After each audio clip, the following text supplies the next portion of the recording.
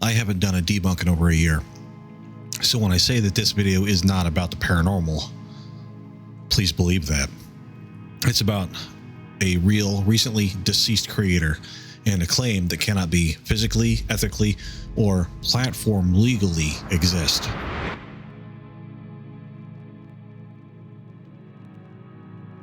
I'm going to be very precise here, not emotional, not speculative beyond what the hardware allows, because precision matters here. What was claimed? In a recent video, Cody ITC explicitly claims to communicate with Adam the Woo using what he presents as an ITC device. Adam is named directly, his date of death is stated, the interaction is framed as real-time communication, and it's presented as closure for fans and loved ones. There's no hedging, no, quote, a spirit claiming to be, unquote, no symbolic framing. These are presented as factual events. Credential anchor. For some context here, I've been a guitarist and a recording engineer for over 20 years. I've owned this class of equipment, I've recorded through it, I've reamped audio through it, and I know exactly what it can and cannot do. Now, let me show you this device. We're gonna go live. So, this device right here, this is what Cody ITC's ITC box is. What we're looking at here is a consumer guitar amplifier. Regardless of brand, cosmetic modification, or presentation, this device functions in a very specific way. It has an input right here, speculating of course, a speaker, optional internal or external effects. These are guitar pedals right here. What it does not have is a radio receiver, a scanning circuit, demodulation hardware, or any mechanism for receiving voices. This antenna right here is an aftermarket mod. It's not connected to anything. These LEDs don't do anything there for show. It's stage dressing. This coiled ribbon right here, also stage dressing. This is not a radio. It's not a scanner. It's not a communications device. There is no path to any sort of voice input besides through the input of the guitar amp right here. Several visible elements are here, from LEDs to coiled wires, antenna-like components right here, and visualizers, which is exactly what this is. This is an audio visualizer. It doesn't do anything. It doesn't put out any audio. It's not picking up any voices. This is just to show you that it's picking up sound from the room. And these are all decorative, by the way. It's all presentation. There's no functionality at all. They don't correspond with any known radio signal reception hardware or anything like that. So now that we've seen the hardware, we can talk about what's possible and what isn't. Based on the audio characteristics of the video, the most plausible explanation is pre-edited audio being played back and not live interaction. There's no room noise. The guitar amp is not mic'd up. There's no acoustic variation. There's no spontaneous response patterns. This strongly suggests that the audio is prepared ahead of time. It's played back through the amp and it's captured via USB or DI, which is direct inject output. Whether the pedals attached to the sides of the guitar amp are actually used or just purely decorative doesn't matter. Either way, this is a closed audio loop. Nothing is being received and everything is being injected. The audio itself. What we hear here is not random noise. It sounds like human vocalizations, vowel sounds processed with pitch shifting, gain, reverb, and some sort of degradation.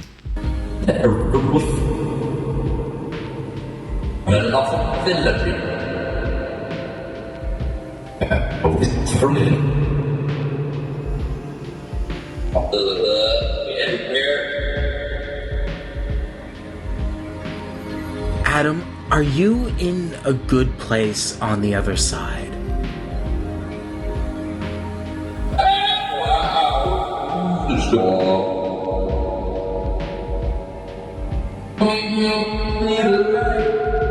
This type of processing removes clarity while preserving just enough vocalness for the brain to fill in gaps.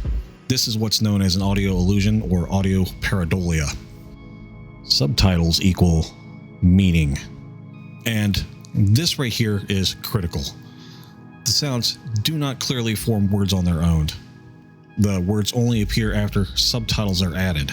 If the subtitles change, the message changes, even when the audio does not. This means that the communication is not coming from the device itself, but from the captions. Non-responsiveness. There is also no direct responsiveness. The sounds do not answer specific questions. They do not change meaningfully based on prompt. There is also no consistent back and forth. If this were communication, we would expect some sort of correlation. What we're getting instead is audio playback.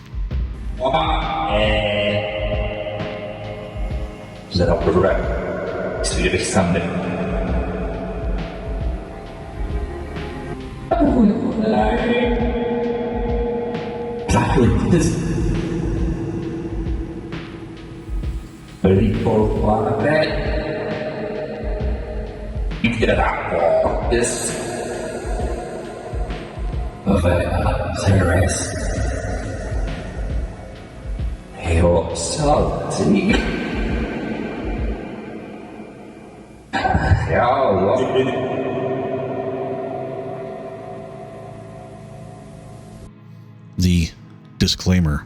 Some people will point to the disclaimer shown at the beginning of the video. The disclaimer states that the content is for entertainment, the subtitles are subjective, and the responses should not be taken as factual evidence. But disclaimers do not override how the content is actually presented.